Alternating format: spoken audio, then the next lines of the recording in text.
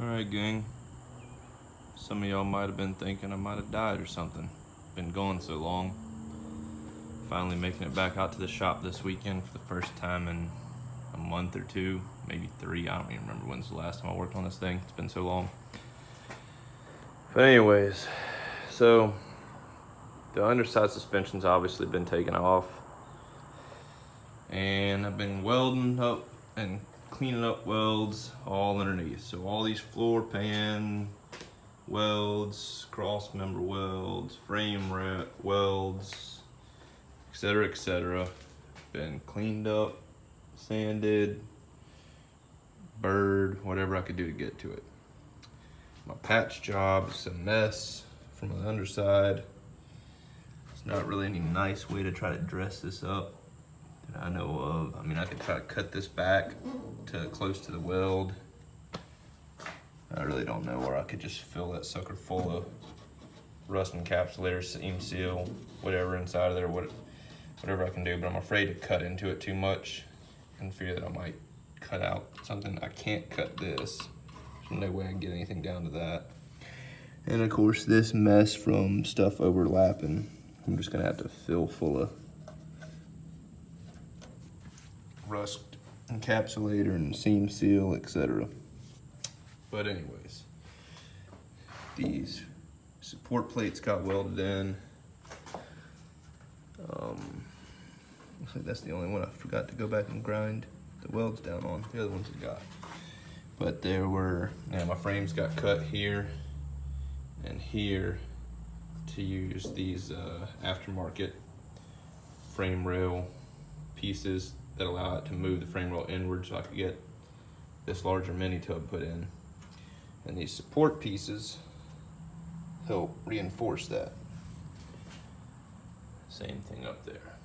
So today I've been cleaning up more welds and taking all the paint and stuff off this rocker, so whenever I paint the underside I can coat the bottom of the rockers as well. I could probably go ahead and paint all the rockers. And from the car rotating, you can see where the damn door alignment sucks. But anyways, so this is where I'm at. I also welded up these today. These are the sway bar brackets.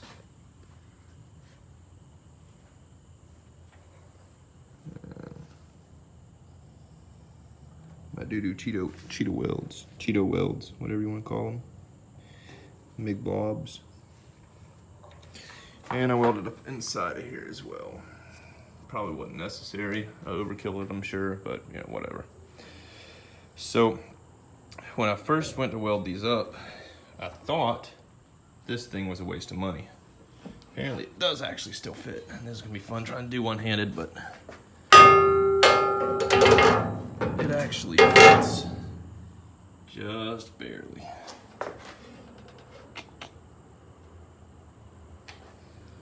So the fun part's gonna be filling this gap in the front. I'm gonna have to press that down, but should be able to weld this thing on. And right now it's just covered in OSPO to keep it from rusting up, so I'll have to blast it. Or I could just coat it in OSPO and then hose it off, but I think I'm just gonna toss it in the blast cat and blast it clean. Wipe it down with acetone afterwards or something, or wax a grease remover. And I'll coat the backside, that'll get welded with that Picklix and maybe some weld through primer on top of that. Just for some added, but it's probably all gonna get burned off in the weld anyways.